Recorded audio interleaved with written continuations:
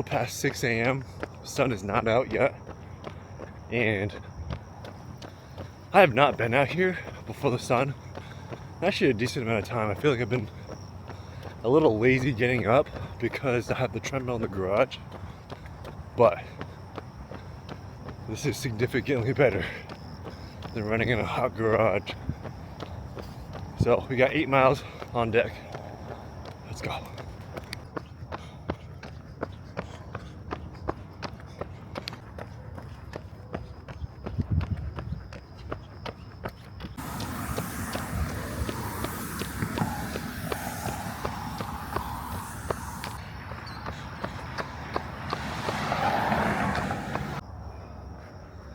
Eight miles done. 9:20 pace, about an hour and 14 and some change. Oh, good start to the morning. We got push lift later on. I might head to the gym, so I might not record too much there, but good day. Good start to the day. We can actually experience the sunrise. And now I'll have to run for another 24 hours, so let's go. Back in the garage, 7 miles, easy. It is already, I think the low today is like 82 or 83 degrees, and the high is like 104, 105, so. Sticking in the garage, so we can use the fan on the treadmill. And yeah, these days, like they fly it's just so fast.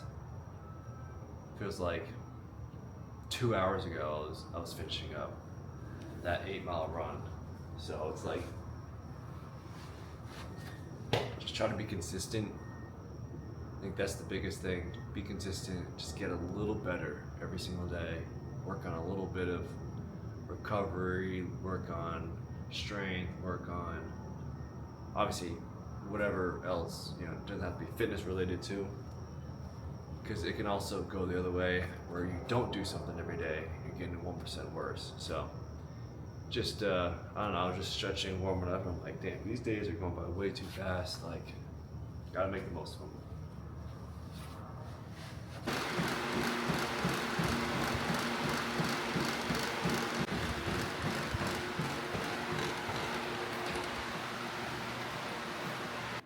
Whew, 7 miles done. Make sure I calibrate and save on my watch. And now we work. 7 miles.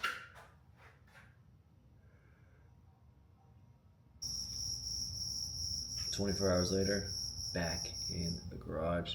More work to be done. Got some new socks, Bolega socks. These are fire, I love these. Nothing like putting on a new pair of socks too, so. But we're doing 6 800-meter repeats. That's the speed session this week. And yeah, like I said, in the garage. So it'll be what? Around, I think pacing, it would be like 6-10 minutes per mile, so 305 per rep.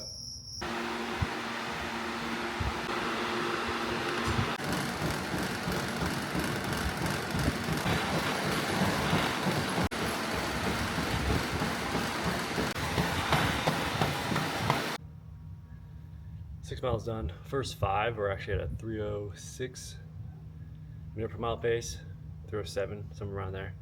And then my last one was a 3-minute flat. Intentionally negative splitting each rep.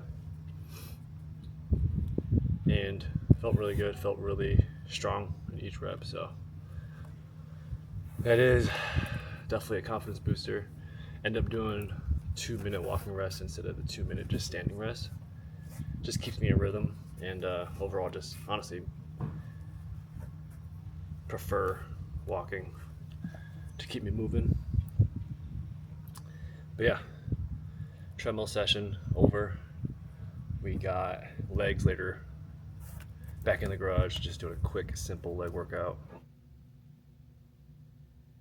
Nice big cup of coffee, but really just wanted to express my mindset right now. I feel like a lot of times people can get caught up in the goal, people can get caught up in the final time they want, right? That final form, if you will.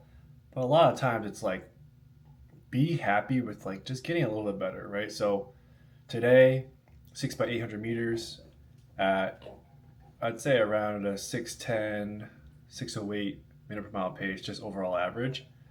2 minute walking rest. So if next week I can do one more rep or slightly faster, 15 seconds of a less rest time, maybe change the walking rest over time to a jog recovery, right? Just over time, making small changes allows the body to adapt injury free. And it's like with any sport, right? If you're trying to get flexible, you can't just do it split in a week, right? Given, let's say, very beginner flexibility. It's centimeters, inches, week over week, month over month, year over year. And it's just like, and time goes so fast anyways, it's like you might as well just get a little better. But just been thinking about that recently, and it just makes the journey more enjoyable, just appreciating the small wins. But that being said, you know, adapt the programming, listen to your body, and because there is a balance with pushing too hard, pushing not as much. And I think over time, like you kind of just learn your body, you kind of learn what works well for you. So many little things like, right, what shoes, that's a big thing. What shoes you like to wear, what's a good time for your routine to run.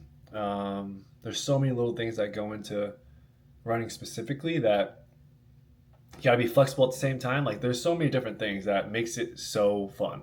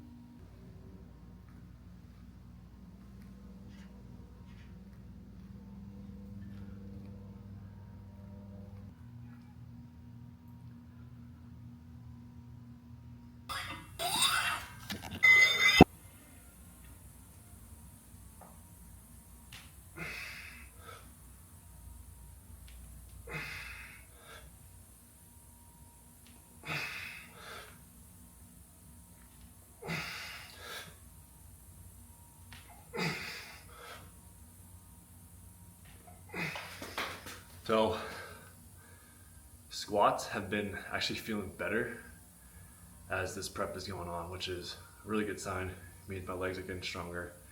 I think overall hip mobility is getting better. Like I'm able to sit in that pocket much more comfortably. So it's very promising, and yeah, and it just feels good to be strong or stronger with the legs. And you saw the bent leg calf raises. Those have also been crucial in my Achilles tendon health. So I just want to share that because, like I said, I've had Achilles injuries in the past. So currently, as of late August or late July, feeling really healthy.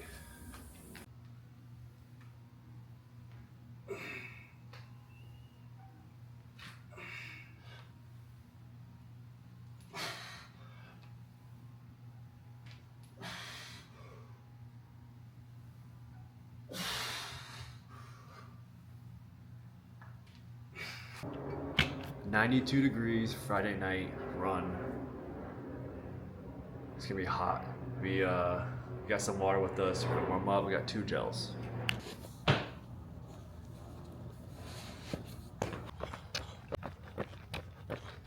It's definitely a lot harder on the body. The heart rate is definitely higher than it should be. But it's obviously working a lot harder to get the body to cool down. So But yeah, it's freaking hot.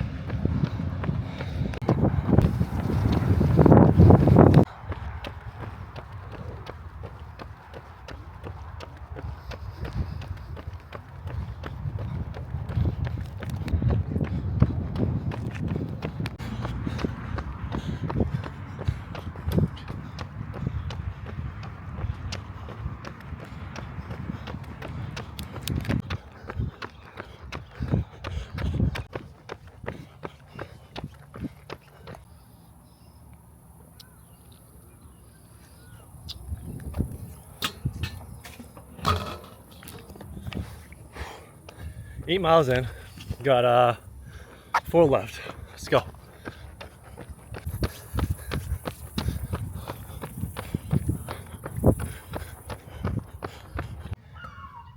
Oh. 12 miles, hour and 45 minutes, 46 seconds, 8:49 minute per mile pace. Last mile I think was like a 7:10, so finished strong.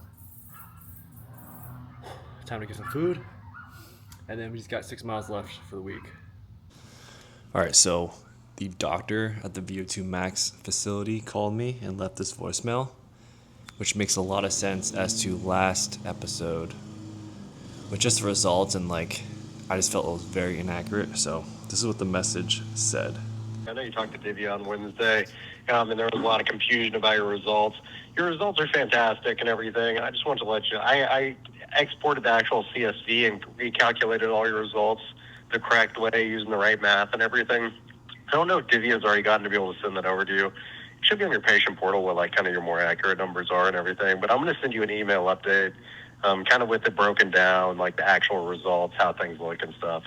So you should get that here in a second. I just didn't want you to be worried. I know that those. But essentially, my VO2 max is actually 57.88. My zones, right? So zone 1 is anything less than 125. Zone 2 is 125 to 145. Zone 3, 146 to 165. Zone 4, 166 to 178. And then zone 5, 179 to 188. So that definitely feels more in line with what I was thinking before taking this. So that being said, I'm happy I got those results reran, and just want to give a quick update as to my true VO2 max test results. No matter what, make sure to do the warm-up. It is 97 degrees right now, still doing the same exact warm-up as if it's 10 degrees out. So the goal is really just to build a routine, don't think about it. I'm already sweating, and prevents injury and overall just improves the overall run, right, from start to finish, rather than taking like the first 2 miles to warm up. So make sure you do your warm up, make sure you foam roll, massage gun, all that good stuff.